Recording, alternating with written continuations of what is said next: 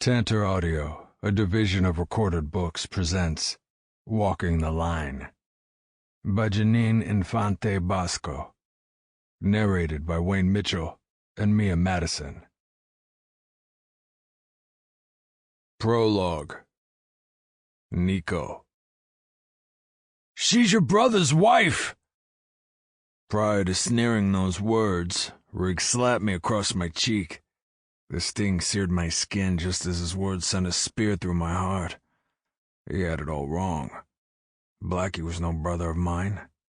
Sure, Lacey might be his wife, but long ago, on an ice cream truck parked in front of the original clubhouse of the Satan's Knights, she promised to be my forever.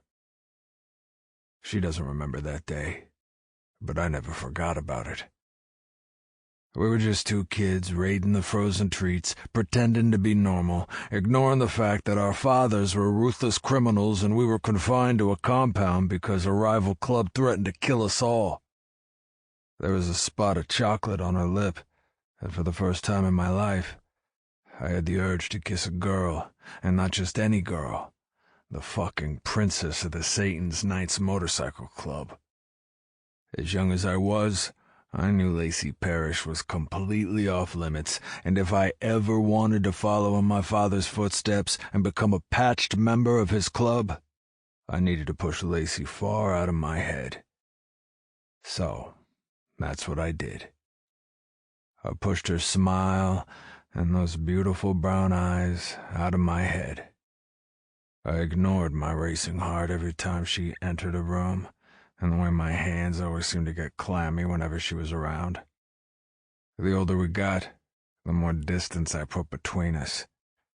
And for what? For fucking nothing, that's what. The princess still fell for a pauper, and her dad didn't seem to mind all that much. Good old Jack Parrish gave Blackie his fucking blessing, and didn't even blink an eye that the man itching to get in his little girl's pants was 13 years older than her, or that he had a fucking drug problem. No one sent Riggs, or any other member for that matter, to slap sense into Blackie, and no one ordered him away from Lacey. The sanction of brotherhood and all the rules that went with the patch didn't apply to Jack's former right hand. The motherfucker didn't walk the line, he shit all over it, and he came out the winner. I followed the rules and respected the boundaries put in place by Jack and my father, and I got nothing. I got a fucking barren cut with a prospect patch and had to catch a motherfucking bullet to get that much. If that ain't a kick in the ass, I don't know what it is. So, fuck the rules. Fuck brotherhood. It's all a bunch of bullshit. Gripping the wire fence, I throw my leg over it. My boots weigh on the tiny slab of concrete as I carefully balance myself on the edge of the overpass. I reach inside my cut, pulling out a flask and unscrew the cap. Bringing it to my lips, I toss the cap into the air, watching as it spirals into the wind before getting lost in the traffic below me. The cars speed on the highway like little flashes of light, and the more I stare, the blurrier everything seems to become. I don't want to die, but I don't want to live like this anymore either. Today broke me. I couldn't fake a smile or crack a joke if my life depended on it. I blame my foul mood on my little brother's unfortunate situation, but it had nothing to do with Frankie getting his teenage girlfriend pregnant. Sure, I felt for my brother. I mean, he legitimately has no luck whatsoever.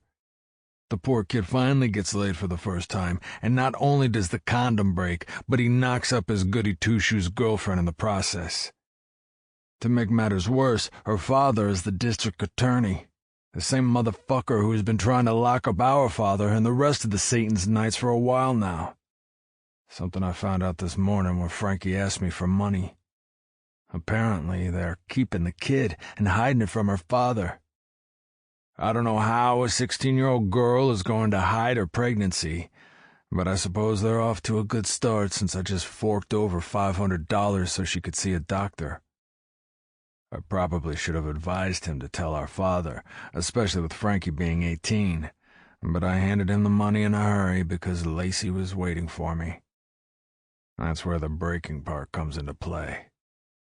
She looked gorgeous.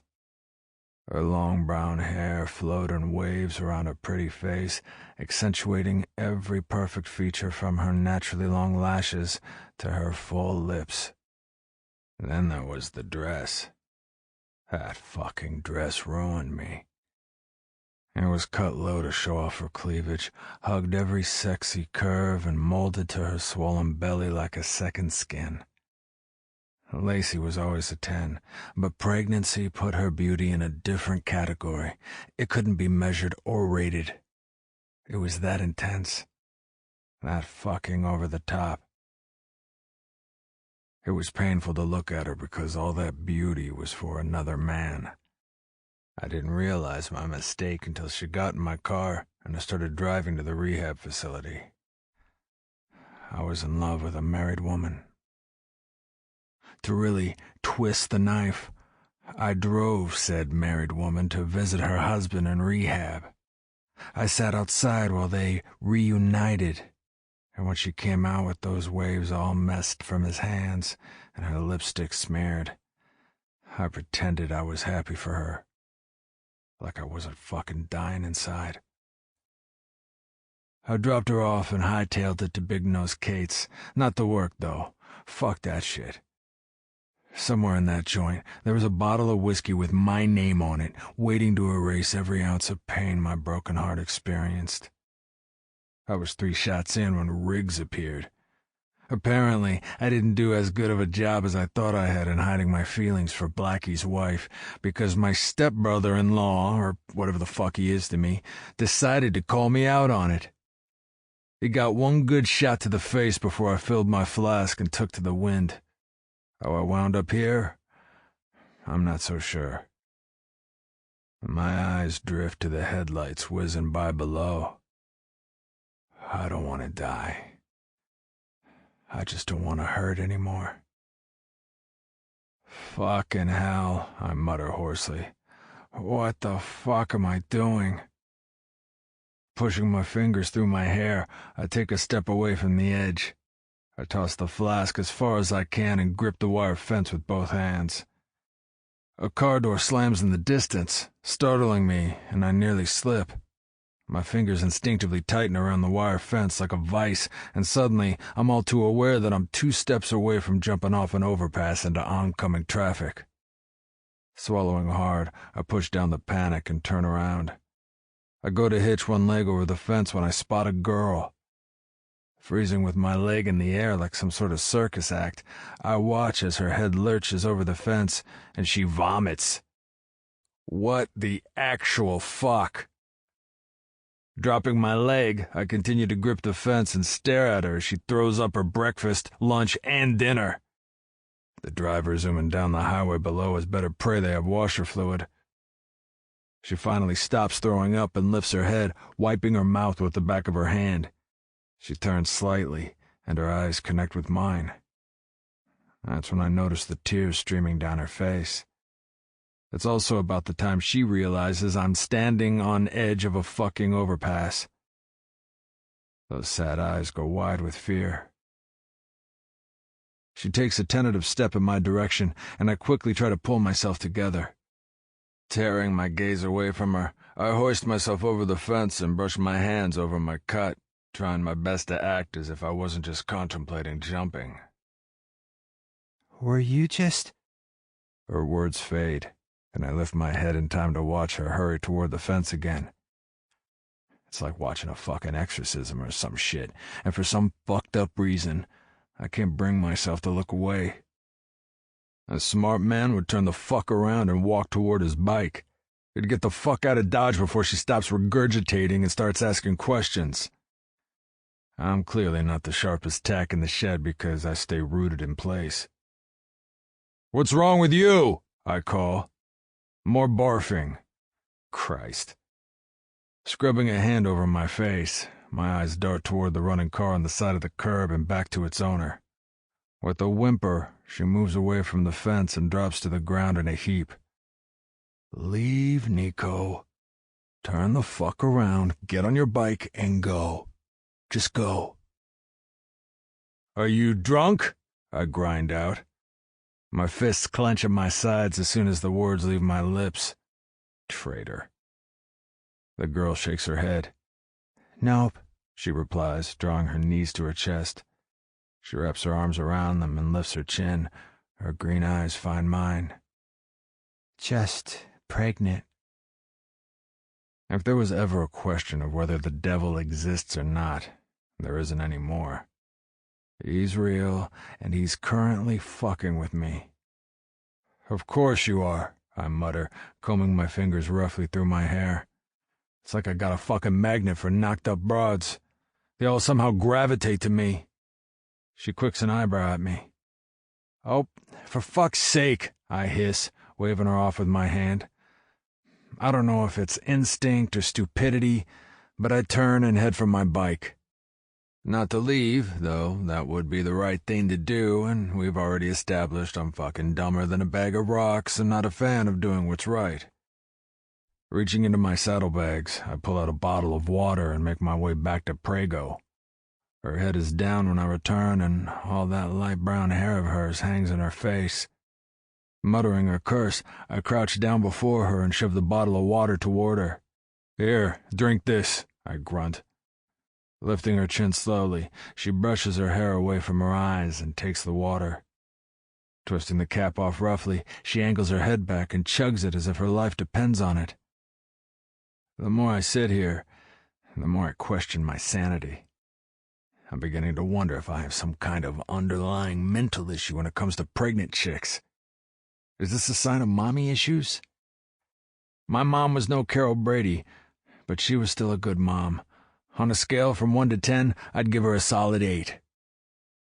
Prego drags the bottle away from her lips and brings her eyes to mine.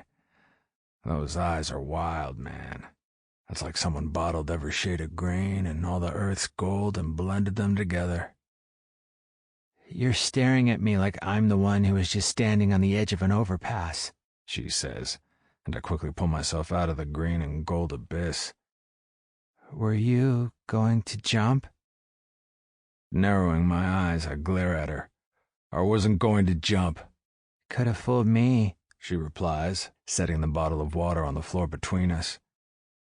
You know, there are helplines for that kind of stuff.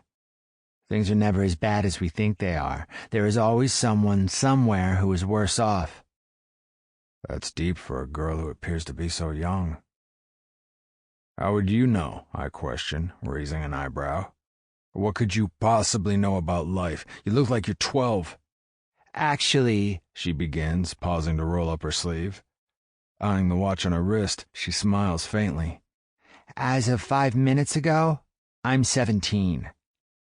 A fucking teenager. Thanks, Lucifer. You're on a fucking roll down here tonight.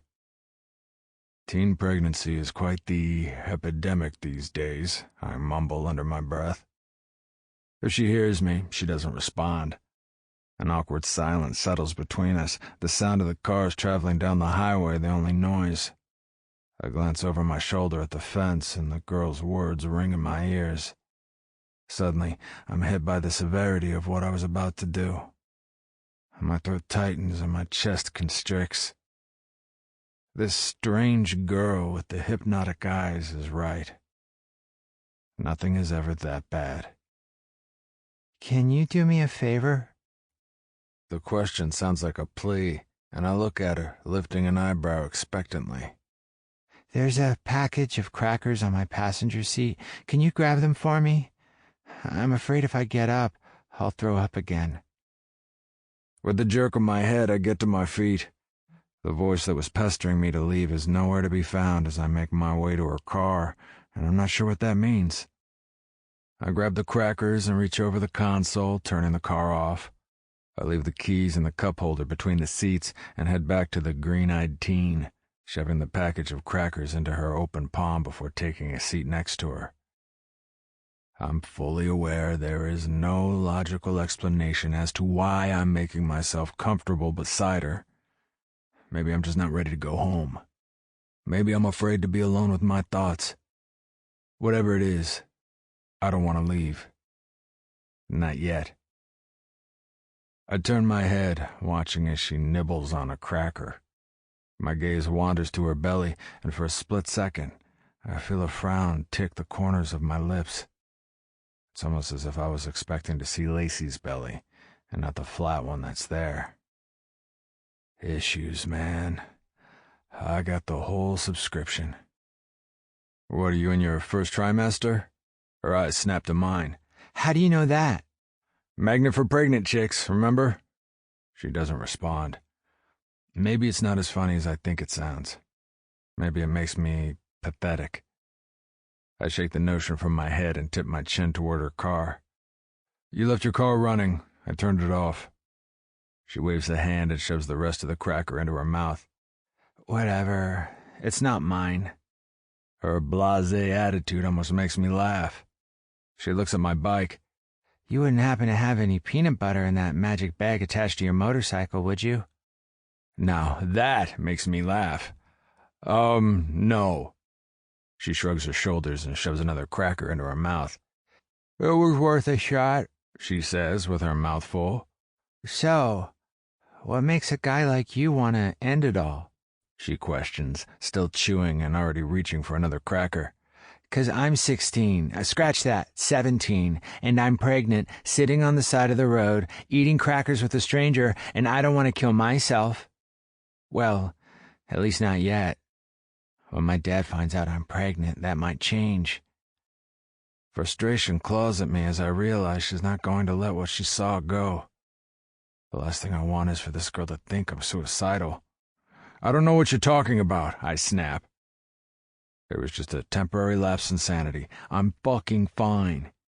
Ain't nothing wrong with me other than a broken heart and a bruised ego, and thanks to Green Eyes over here, I'm not even feeling all that buzzed anymore. No one was trying to kill themselves, I tack on, grinding my molars as I glare at her. Right. So you were just practicing your high-wire act for the circus then. Please, don't let me interrupt. Do you think you can get me tickets for the show? My jaw goes slack at her sarcasm, and I study her for a beat. Those green eyes flash with something I can't quite place. I want to say it's mischief, but it's not. Whatever it is, though, it's refreshing. Here's this girl who is clearly dealing with her own shit, and yet she's not weighed down by it.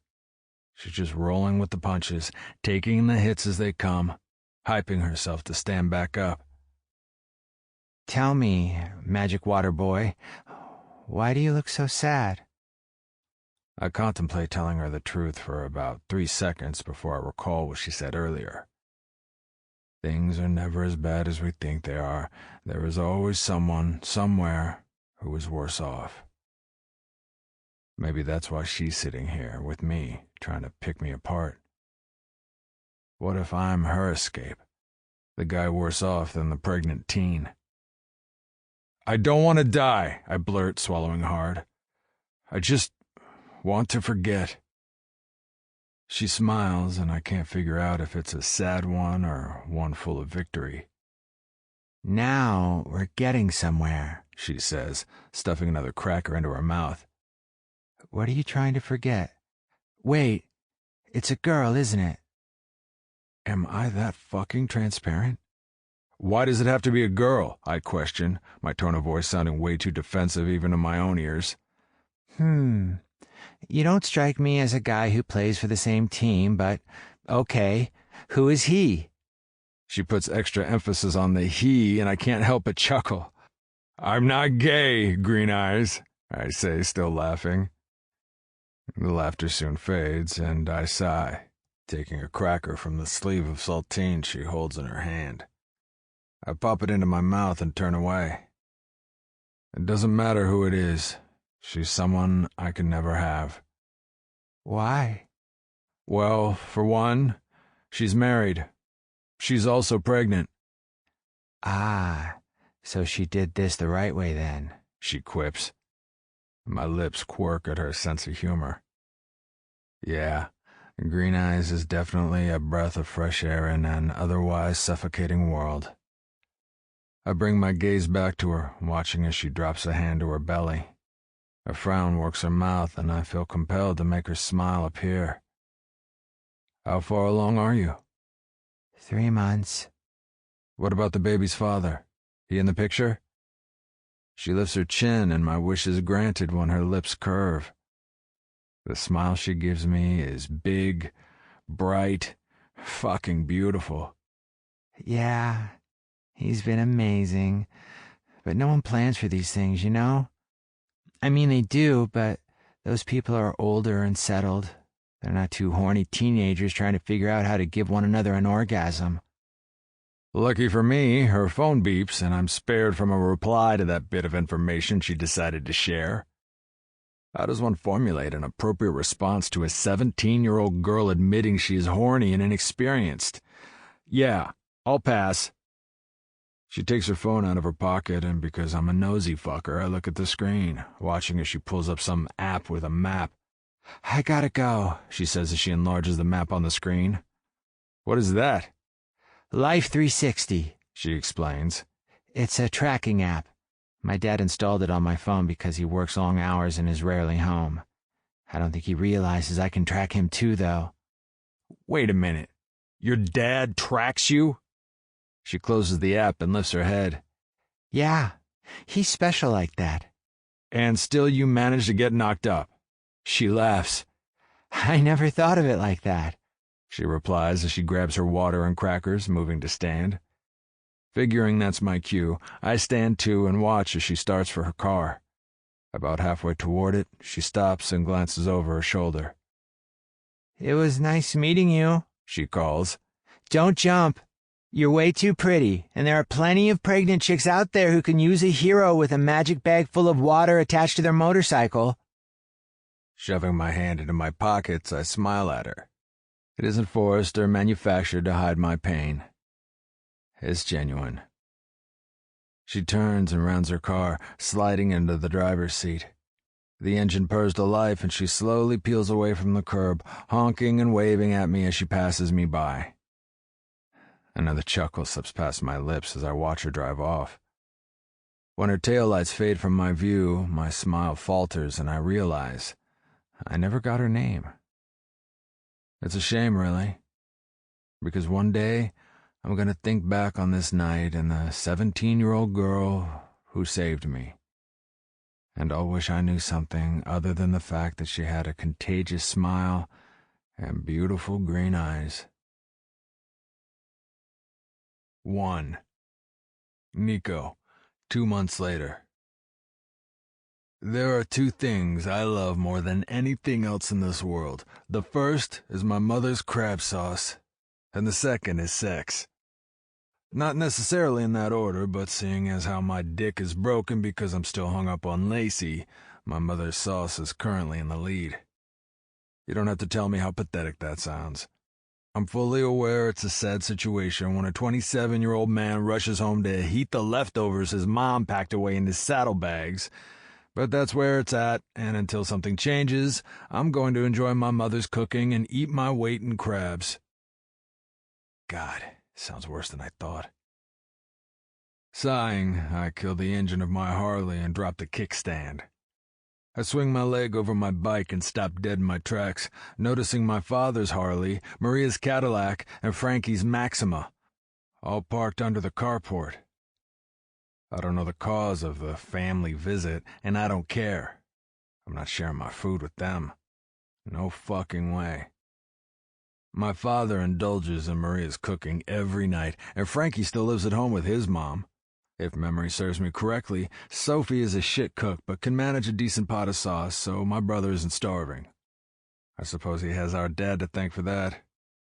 Frankie's mother is Jewish, and when my dad decided to marry her and make her his third wife, he told her she needed to learn how to at least make a marinara sauce or the wedding was off. I was just a kid, but I specifically remember visiting my dad on the weekends and always wondering if the fire department was going to have to be called. So, they're all living it up, eating well, and here I am sustaining on Hot Pockets, Elio's Pizza, and occasionally takeout. Yeah, I'm so not fucking sharing. With my Tupperware tucked safely under my arm, I make my way up the walkway. I get about 2 steps from the door when I hear my dad's boisterous voice. It's loud enough to rattle the windows and kill his beloved petunias, and as he continues to holler, I curse myself for not changing the locks as soon as I moved in. I know I should turn around with my leftovers and run, but I find myself fitting my key in the lock instead. No one hears me enter the house, and if they do, they're too busy yelling at one another to care. Unfazed by it all, I start for the kitchen. For fuck's sake, Al, you're gonna give yourself another heart attack, Maria shouts. Calm down. A baby is a blessing. Your sister's ass is a blessing. He ruined his life. Ah, fuck. Ever since my 18-year-old brother told me the condom broke, I've been dreading this moment. And I made the little shit swear on a stack of Bibles he'd give me fair warning so I could get the hell out of town. I hear the Carolinas are a nice place to visit this time of year. If I leave now, I might get there before midnight. Yes, that's a fantastic idea. Turning back around, I quietly move for the door. I barely make it a step before my father calls my name. Get in here, he orders. Now, there are 2 ways I can play this shit. I can pretend like I don't know dick about Frankie knocking up his little girlfriend, or I can be the supportive older brother and attempt to calm our lunatic father. If I go with the latter, I might lose a limb, and I'll never get to eat my mother's food. That would be a sin. Stepping into the living room, I look directly at my father and force a smile.